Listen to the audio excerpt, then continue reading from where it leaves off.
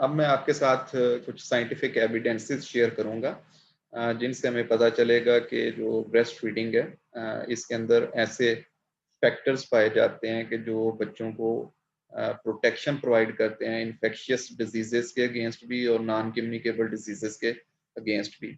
इसके साथ साथ ये मदर्स के लिए भी इसके अंदर बेनिफिशियल इफेक्ट्स जो हैं वो एग्जिस्ट करते हैं।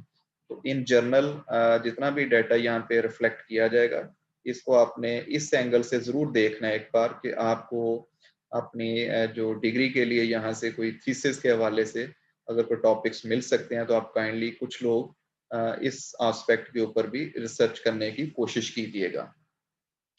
Evidence behind breastfeeding recommendations has evolved मार्कडली।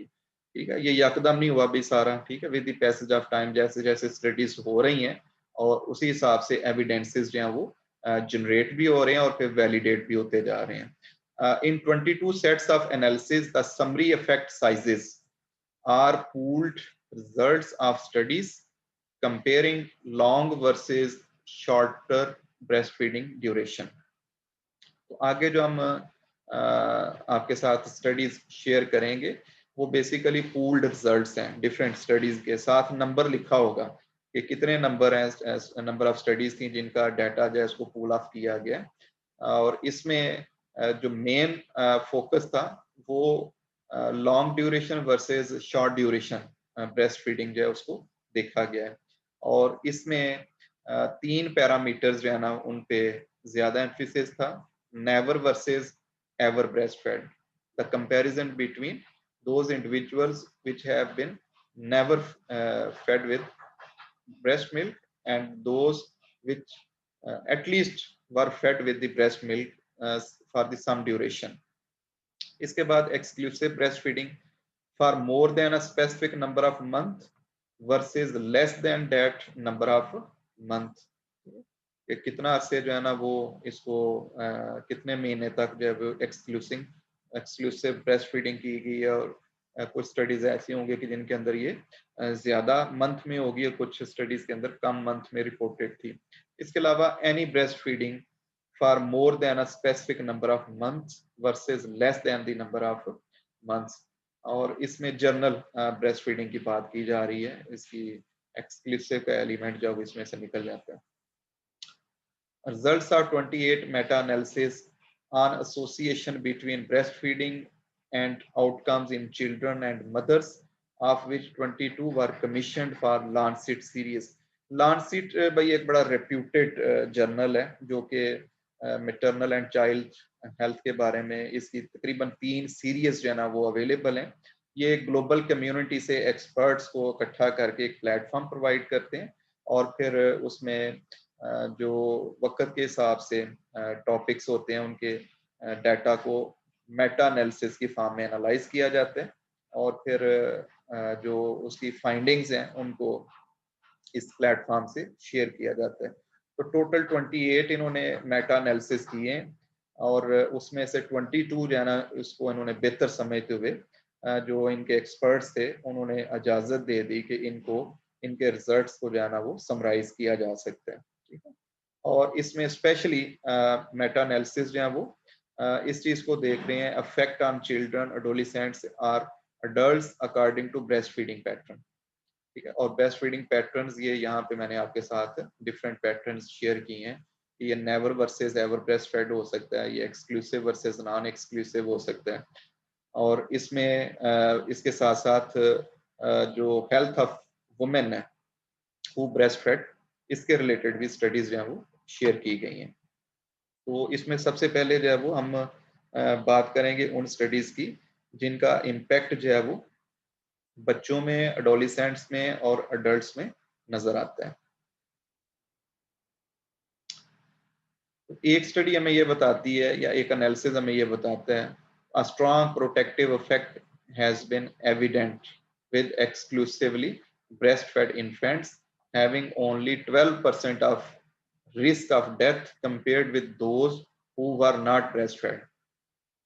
तो कुछ स्टडीज को जब पुल अप किया गया और उनके डाटा को जब एनालाइज किया गया by using the approach of Meta analysis, तो इसमें देखा गया कि 12% जो है ना वो लेस चांसेस ऑफ डेथ हैं उन बच्चों में जो जिनको ब्रेस्ट फेड किया गया as compared to which were not breast fed. So this is basically a strong protective impact which is evident from the studies. इसके अलावा लोअर मिडिल इनकम कंट्रीज की कुछ स्टडीज भी देखी गई कि जिनमें infant younger than 6 months who were not breastfed had 3 to 3.5 times in case of boys and 4.1 times in case of girls more chances of mortality compared with those who received any breast milk and that the protection decreased with aging. अब दो messages हैं यहाँ पे. Number 1 तो ये है कि जो ब्रेस्ट फेड इन्फेंट्स थे अगर वो मेल थे तो उनमें 3.5% कम डेथ रेट देखा गया, ठीक है, मोर्टेलिटी. और अगर वो बच्चियां थी तो उनमें 4.1 टाइम्स लेस मोर्टेलिटी नोटिस की गई, ठीक है, versus non breast fed infants. और सेकंड मैसेज ये है कि ये जो प्रोटेक्शन थी ना ब्रेस्ट फीडिंग की ये एज के साथ साथ कम होती गई है. इसमें में भी एक रीजन ये भी हो सकती है कि जब कम्प्लीमेंट्री डाइट्स भी हम साथ इंट्रोड्यूस कर देते हैं तो फिर जो प्रोटेक्टिव फैक्टर्स और conditions available from the mother milk maybe they are diluted. These the results are further supported by studies in children aged 6 to 23 months where any breastfeeding was associated with the 50% reduction in death. इसके बाद जो पहले हम बात किसकी कर रहे थे 6 मंथ तक, ठीक है. नेक्स्ट कुछ स्टडीज ऐसी भी देखी गई हैं कि जिन्होंने 6 to 23 मंथ के बच्चे जो है ना वो एज अ टारगेट ग्रुप जो है उनको स्टडी की है तो उनमें भी 50% से कम जो है वो 50% रिडक्शन जो है वो डेथ रेट के अंदर देखी गई है. मींस 50% मोर प्रोटेक्शन उन बच्चों में देखी गई है जिनको मदर फीडिंग की गई थी. Breastfeeding might also protect against death in high income countries. A meta-analysis of 6 high-quality studies showed that ever breastfeeding was associated with 36% reduction in sudden infant death, जिसको हमने SIDS का नाम दिया था, ठीक है. अब SIDS यहाँ पे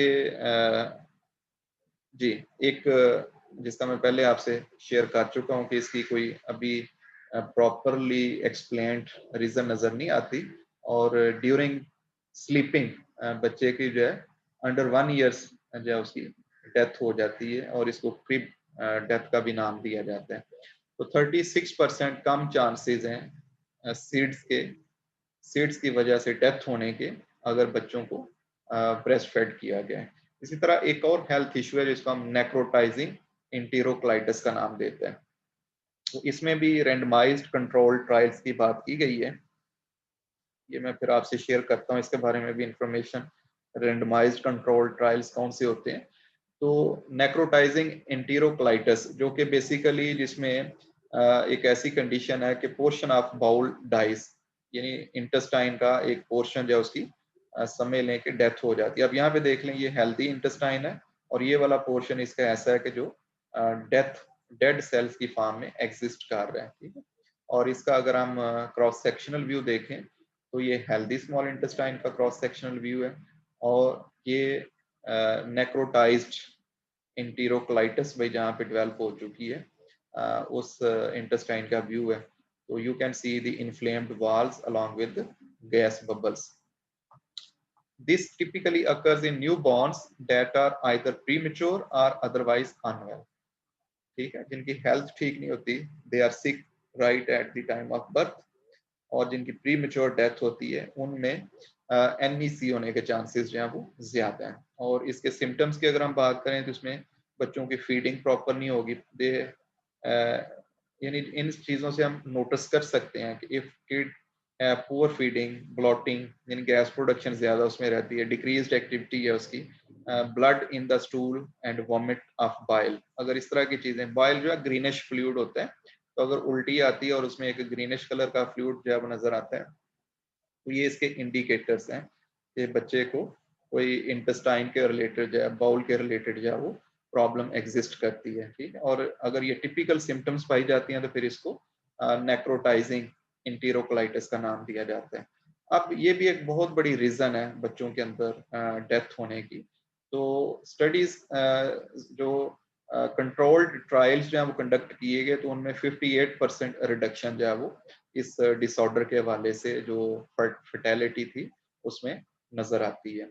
तो ये बड़ी बड़ी एविडेंस बेस्ड स्टडीज हैं। 36%, 58% रिडक्शन हो जाना सीड्स के अंदर नेक्रोटाइजिंग एंटीरोकोलाइटिस के अंदर, and this is only due to the protective factors contributed by the breast milk. अब यहाँ पे कंट्रोल ट्रायल्स की बात कर लें, ये थोड़ा सा टॉपिक से तो हट जाती है चीज। This is basically a type of scientific experiment with the aims to reduce certain sources of biasness when testing the effectiveness of a new treatment. तो इसमें बेसिकली दो ग्रुप्स आप बना लेते हैं, एक कंट्रोल ग्रुप कहलाता है और एक आपका इंटरवेंशनल ग्रुप कहलाता है, जिसको आप ट्रीटमेंट ग्रुप का नाम देते हैं। आप एक से ज्यादा कंट्रोल्स भी रख सकते हैं, जैसे हम बाज दफा एक पॉजिटिव कंट्रोल रखते हैं और एक हम कहते हैं जी नेगेटिव कंट्रोल है। और इसी तरह हम लोग एक से ज्यादा इंटरवेंशनल ग्रुप्स भी रख सकते हैं कि आपने 2-3 किस्म की ट्रीटमेंट वाले ग्रुप्स जो हैं वो डिजाइन किए हुए हैं, ठीक है। तो अब आप सेम तरीके से जो है ना इनको लेके चलते हैं और इनका जो इम्पैक्ट होता है भाई, जो आप इंटरवेंशन अप्लाई करते हैं उसका इम्पैक्ट आप जज करते हैं by comparing the both groups, ठीक है। कंट्रोल ग्रुप को हम प्लेसबो का भी नाम देते हैं या इसको नो इंटरवेंशन ग्रुप का भी नाम देते हैं। Both groups are monitored under conditions of the trial designed to determine the effectiveness of the experimental intervention, and the efficacy is assessed in comparison to the control. This trial can further be blinded. आप सुनते हैं ना double blind, ये word साथ add होते जाते हैं, randomised, controlled, ठीक है, डबल ब्लाइंड टेस्ट। तो ब्लाइंड मींस क्या होता है कि इंफॉर्मेशन को आपने कंसील करना है, कुछ इंफॉर्मेशन को आपने खुफिया रखना है, वो पार्टिसिपेंट्स के साथ आपने शेयर नहीं करनी। मकसद क्या है कि बाइसनेस को मजीद कम किया जा सके, इंडिविजुअल को अपनी तरफ से लाइकिंग डिसलाइकिंग की बेस पे कोई कंक्लूजन्स ड्रा ना करें। Effective blinding may reduce or eliminate some sources of experimental biasness. Randomisation से भी भाई हमने बाइसनेस को कम किया, ठीक है। रैंडमाइजेशन किस चीज को रोकती है? सिलेक्शन बाइसनेस को, एलोकेशन बाइसनेस को। आप कहते हैं ना मुझे ये ट्रीटमेंट अच्छी लग रही है, मुझे इसका जायका अच्छा लग रहा है, तो आपका सारा जो फाइंडिंग्स है ना उसकी तरफ टिल्ट कर जाती हैं। और अगर हम पॉपुलेशन को रैंडमाइज कर लें डिफरेंट ग्रुप्स के अंदर, तो अल्टीमेटली जो हमारी तरफ से सिलेक्शन या एलोकेशन की वजह से बाइसनेस आने के चांसेस थे उसको मिनिमाइज किया जा सकता है। और सेकंड बाइसनेस हमें किस तरीके से कम करनी है?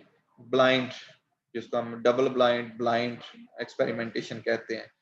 A well-blinded, randomized controlled trial is often considered gold standard for clinical trials. Clinical trials वो होते हैं जिसमें हम मेडिकेशनल इंटरवेंशंस को चेक करते हैं, ठीक है। तो इस तरह के ट्रायल्स जब कंडक्ट किए जाते हैं तो उसमें ब्लाइंडेड रैंडमाइज्ड कंट्रोल ट्रायल जो है वो लॉन्च किए जाते हैं और इनकी वजह से फिर हमें मजीद इंफॉर्मेशन भी मिल जाती है, जैसे एडवर्स इफेक्ट्स, ठीक है, या साइड इफेक्ट्स जो हो सकते हैं ड्रग रिएक्शंस के, वो भी हम इसमें नोटिस कर लेते हैं। तो यहाँ पे जो नेक्रोटाइजिंग एंटीरोकोलाइटिस के हवाले से स्टडीज को एनालाइज किया गया थ्रू मेटा एनालिसिस, इसमें 4 स्टडीज शामिल थी और वो रैंडमाइज्ड कंट्रोल ट्रायल थे, ठीक है, जिसमें बाइसनेस को कंट्रोल करने की कोशिश की गई थी। इट मीन्स के बड़े अच्छे ट्रायल थे और उनमें भी 58% के करीब रिडक्शन जो है वो रिपोर्टेड है।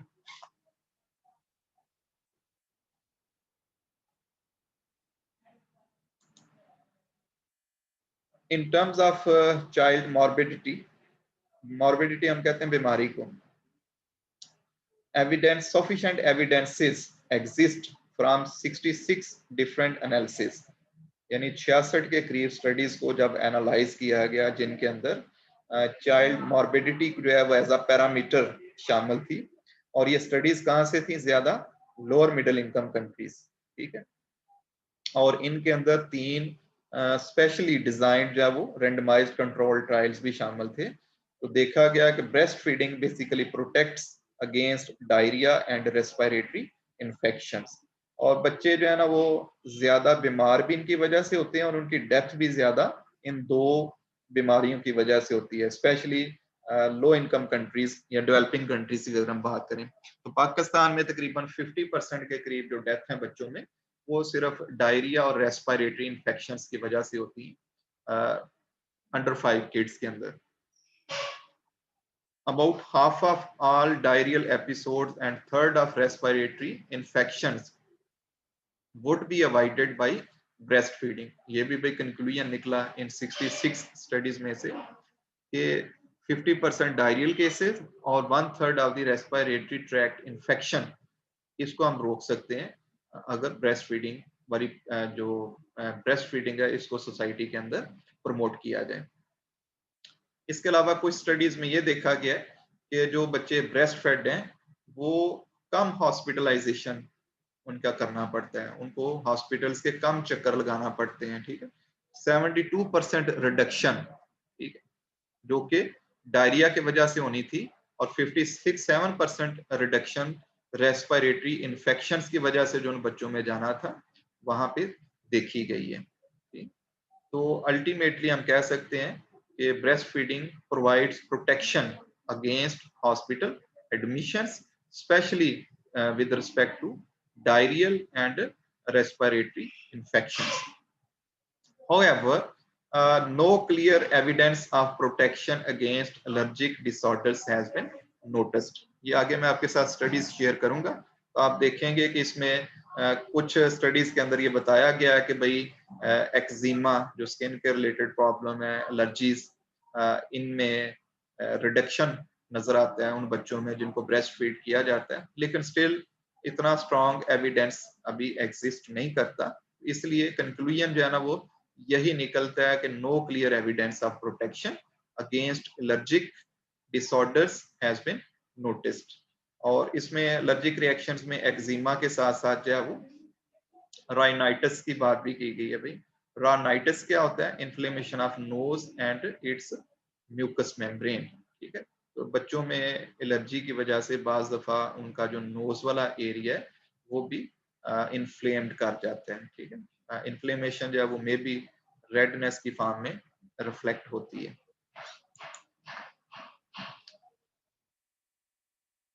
इसके अलावा 29 स्टडीज का डाटा हमें ये बताता है, ठीक है, reduction in asthma with breast feeding, लेकिन इसके बारे में भी वैलिड कंक्लूजन अभी तक नहीं निकल सका, ठीक है। 9 स्टडीज ऐसी थी कि जिनको इन्होंने जब एनालाइज किया तो 9% तक प्रोटेक्शन नजर आई, लेकिन जब इसके अंदर मजीद कुछ स्टडीज को शामिल किया गया, नंबर 16 तक गया, तो इसमें 5% तक रिडक्शन नजर आ रही है।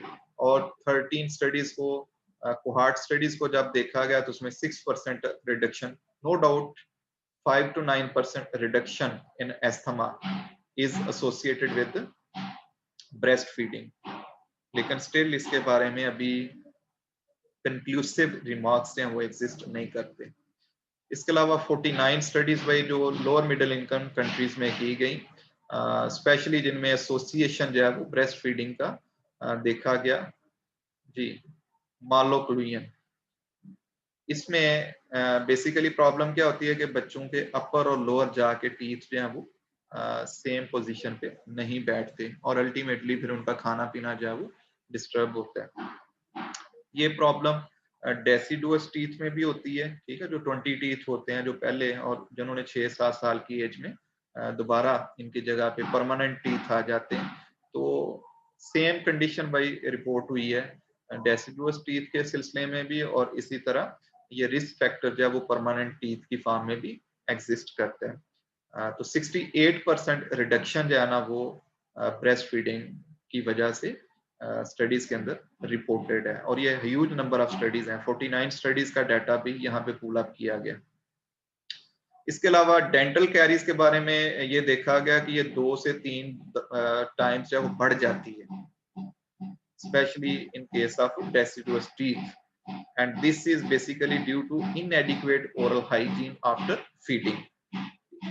तो लिंक तो इन्होंने कर दिया ना कि जिन बच्चों को ब्रेस्ट फीड किया गया उनमें डेंटल कैरीज हुई हैं, तो डेंटल कैरीज बेसिकली इनमें कंफाउंडिंग फैक्टर्स भी पुअर हैं इन स्टडीज के अंदर।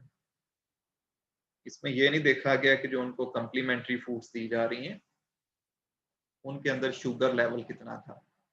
तो स्टडीज इतनी प्लान्ड फॉर्म में नजर नहीं आ रही थी, लेकिन बहरहाल इन स्टडीज का एविडेंस ये है कि 2 से 3 गुना डेंटल कैरीज बढ़ने के चांसेस हैं, हालांकि ये पुअर ओरल हाइजीन की वजह से बेसिकली एग्जिस्ट करते हैं।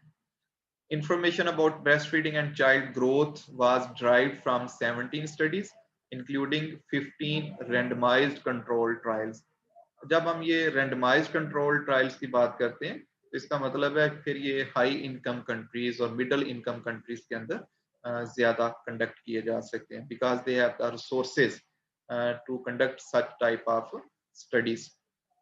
Attained weight and height at about 6 months did not differ, but there was a small reduction in BMI or body weight for length in children whose mothers received the breastfeeding promotion interventions compared with those whose mothers did not receive the promotion intervention.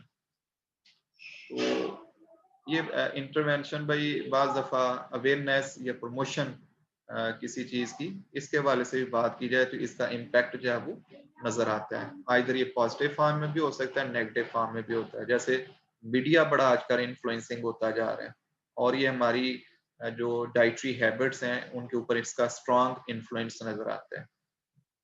ये industries हमें dictate करती हैं कि हमने क्या खाना है, ठीक है, और ये जरूरी नहीं कि वो हेल्दी हो। तो इस सिलसिले में भी कुछ स्टडीज की गई हैं और देखा गया है कि ब्रेस्ट फीडिंग प्रमोशन इंटरवेंशन जो है ना जिन माओ ने रिसीव की वहाँ पे स्मॉल लेवल पे रिडक्शन जो है वो BMI के अंदर नोटिस किया गया या बॉडी वेट के अंदर। और ये चूंकि डेवलप्ड कंट्रीज की स्टडीज हैं तो वहाँ पे प्रॉब्लम अंडरवेट नहीं है, ओवरवेट है। 10% बच्चे वहाँ पे 2 साल तक की एज तक पहुंचते पहुंचते ओवरवेट और ओबेसिटी वाली क्लास में शामिल हो जाते हैं और तकरीबन 50 to 70% के 60% के करीब जो है वो प्रेवलेंस पाई जाती है। इसके अलावा association of breast feeding with non communicable diseases जो है ये भी बहुत सारी स्टडीज में देखा गया है और ऑफ कोर्स ये स्टडीज जो है वो हाई इनकम ग्रुप्स के अंदर की गई हैं। Based on 113 studies identified, longer periods of breastfeeding were associated with 26% reduction in the odds of overweight or obesity.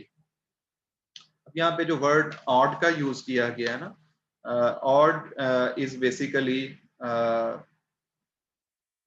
provide a measure of the likelihood of a particular outcome, यानी probability के हवाले से बात की जाती है कि कितने % चांसेस जो हैं वो किसी चीज के होने के होते हैं। These are calculated as the ratio of number of events that produce the outcome to the numbers that do not.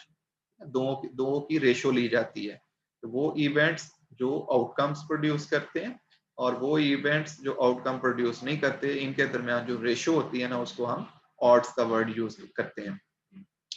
ज्यादातर ये गैम्बलिंग और स्टैटिस्टिक्स के अंदर इसको यूज किया जाता है, ठीक है। और इसमें मैंने यहाँ पे एग्जांपल दी है आपको, एक ये लूडो का भी दाना जो होता है, ठीक है। तो इसमें नो डाउट हम तो डिजायर कर रहे होते हैं कि मैक्सिमम नंबर आने चाहिए, 6 आना चाहिए, ठीक है, लेकिन हर एक के पास चांस जो है वो एग्जिस्ट करता है। आगे मैं इसको मजीद एलेबोरेट कर दूंगा।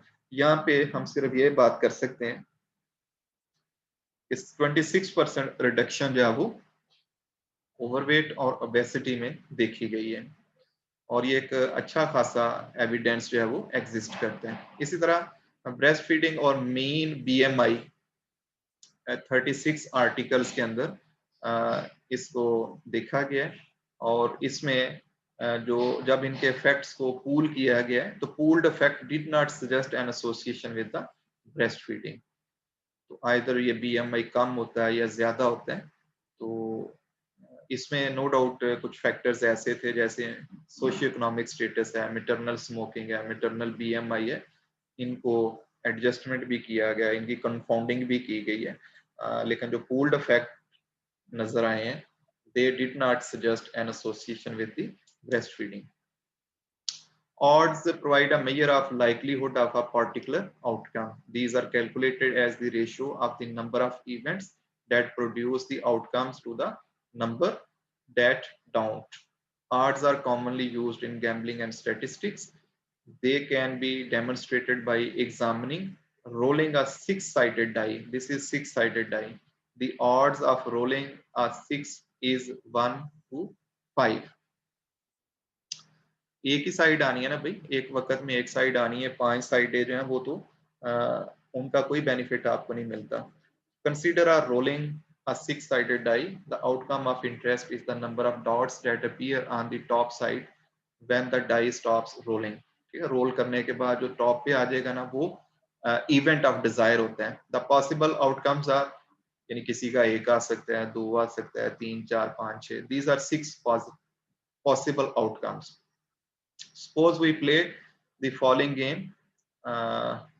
Roll the six-sided die. You are rewarded a dollar amount equal to the number of dots on the top side of the die when it comes to rest. Normally हम तो खैर जब लूडो वगैरह खेलते हैं तो उसमें तो पर्पस कुछ और होता है। Suppose the die is fair, each side is equally likely. ठीक है, तो बाज दफा आप लोग भाई इसमें कुछ डिसऑनेस्टी भी शो करते होते हैं। इसको इस तरीके से आप फेंकना चाह रहे होंगे या इस तरीके से इसको रोल करना चाह रहे होंगे कि जो आपका डिजायर्ड नंबर है ना वो ऊपर आ जाए। तो पॉसिबिलिटी भाई इसमें प्रोबेबिलिटी की बात की जा रही है। If you roll a 2 you will get no homework. अगर ऐसा मैसेज हो, ठीक है, कि भाई अगर आपका 2 आ गया तो आपने कोई होमवर्क नहीं करना, what are chances of getting no homework? First, we need to find out what could happen when we roll the dice. Find all of the possible things that could happen. These are called outcomes. ठीक है, तो 6 outcomes भाई इसमें हो सकते हैं। ठीक है, जिसमें से एक आउटकम जो है ना 2 के साथ उसको लिंक किया गया कि अगर 2 आ गया तो फिर होमवर्क नहीं करेंगे। These outcomes, the outcomes are 1, 1 to 1, 2, 1, 3, 1, 4, 1, 5, 1, 6, 1। इस तरह भी इसके आउटकम्स आएंगे। ठीक है, या 1 आएगा या 2, 3, 4, 5, 6। And if we continue this practice and this pattern we will have 36 possible outcomes. The specific outcome we are looking for is 2। This is called event. Desired by जो आउटकम होगा उसको हम इवेंट कहते हैं। ठीक है, in this experiment we have 1 chance of getting a 2। ये भी जस्ट गेम के पॉइंट ऑफ व्यू से है। ठीक है, आप इस तरीके से डिफरेंट इवेंट्स को जो है ना वो एलेबोरेट कर सकते हैं। टाइप 2 डायबिटीज भाई इसमें 35% रिडक्शन जो है वो रिपोर्टेड है। ओबेसिटी और ओवरवेट के अंदर 13% रिडक्शन जो है वो रिपोर्टेड है। इसी तरह protective effect against type 1 diabetes 6 studies के अंदर ये भी रिपोर्टेड है। और अगर हम IQ की बात करें, इंटेलिजेंट क्वोशिएंट की बात करें, which is basically a score derived from set of standardized tests or subsets designed to assess human intelligence। तो ये बेसिकली IQ लेवल जो है ना ये फिजिकल हेल्थ को रिफ्लेक्ट नहीं कर रहा होता, ये मेंटल हेल्थ या मेंटल साउंडनेस को रिफ्लेक्ट करता है। ठीक है, और कोई बंदा ज्यादा इंटेलिजेंस हो सकता है, कोई बंदा कम इंटेलिजेंस हो सकता है। तो इसमें भी 3.4 IQ लेवल जो है ना वो देखा गया है 16 स्टडीज के अंदर। भाई ऑब्जर्वेशनल स्टडीज हैं जहां पे 3.4 increase in IQ level has been reported. इसको चेक करने के भाई डिफरेंट मेथड्स हो सकते हैं। मैंने जस्ट एक मेथड आपके साथ शेयर की है, और इसमें कॉग्निटिव एबिलिटीज को चेक किया जाता है। Theory of cognitive abilities motor development को देखती है, ठीक है। साइकोमोटर एबिलिटीज देखी जाती हैं जो कि स्पीड के साथ एसोसिएटेड है। परसेप्शन देखी जाती है, जिसमें जैसे कहा मेरी छठी ये कह रही है, तो स्पीड ऑफ परसेप्शन, कितनी जल्दी आप सिचुएशन को परसीव कर लेते हैं। और इसके साथ कंट्रोल्ड अटेंशन, जो कि अटेंशन की फ्लुएंसी को शो करता है। बेसिकली हर चीज की स्पीड की बात हो रही है, मोटर परसेप्शन, कंट्रोल्ड अटेंशन और नॉलेज, इसमें कितनी जो है वो स्पीड नजर आती है। Learning efficiency and retrieval fluency, और इसमें ये डिफरेंट पैरामीटर्स हो सकते हैं जो कि नॉलेज के हवाले से जिनको चेक किया जा सकता है। इनकी बेस पे फिर डिफरेंट स्कोर्स जो हैं वो डिजाइन किए गए हैं। आईक्यू रेंज जो है वो दी गई है डिफरेंट साइंटिस्ट की तरफ से। तो फॉर एग्जांपल बिलो 52 जो है उसको किसी ने मेंटल डेफिशिएंसी का नाम दे दिया है, किसी ने उसको इडियट का नाम दे दिया है, ठीक है, किसी ने उसको मेंटली चैलेंज्ड या रिटार्डेड का नाम दे दिया है, जो सबसे लोअर लेवल है। So classification of people on basis of IQ, if it is above 130, they are called very superior, and they are total 2.2% in the total population. बहुत rare लोग हैं। Superior they can be 6 to 7%, and high average they can be 16%. Average persons they can be 50%. तो किसी भी population में average IQ वाले लोग जो हैं वो 50% हो सकते हैं।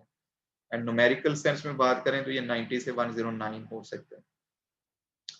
अब ये तो भाई कंक्लूजन निकल आया ना, एवरेज आया या हाई है या फलान, लेकिन ये पैरामीटर्स कहाँ से आएंगे जब हम इस तरह की इंफॉर्मेशन जो है वो यूज करेंगे, डिफरेंट कैरेक्टरिस्टिक्स की बेस पे इंडिविजुअल्स को एनालाइज करेंगे, ठीक है। तो जस्ट मैंने एक आइडिया देना था, इसमें और कोई खास चीज नहीं है कि different scientist they have given different interpretations, ठीक है। यानी ये हो सकता है कि इस स्केल के अंदर ये जीनियस वर्सेस मेंटल या डलनेस को ये देखना चाह रहे थे, तो जीनियस को उन्होंने 164 एंड अबव का स्कोर दिया है। ये जो है वो सुपीरियर वर्सेस मेंटली चैलेंज को देखना चाह रहे थे। ये जीनियस वर्सेस इडियट्स के दरमियान लोगों को जो है वो क्लासीफाई करना चाहते हैं। तो अल्टीमेटली हम कह सकते हैं कि higher the IQ level better will be the mental health. IQ भाई एक तो हो सकता है ना जेनेटिक्स के हवाले से, बाय बर्थ, बाय बॉर्न, लेकिन इसमें नई जो स्टडीज हैं इस वक्त, evidence exist that IQ can be increased with brain trainings, ठीक है। और कितनी इसमें इंप्रूवमेंट हो सकती है, 23 points average IQ rise among students। जी,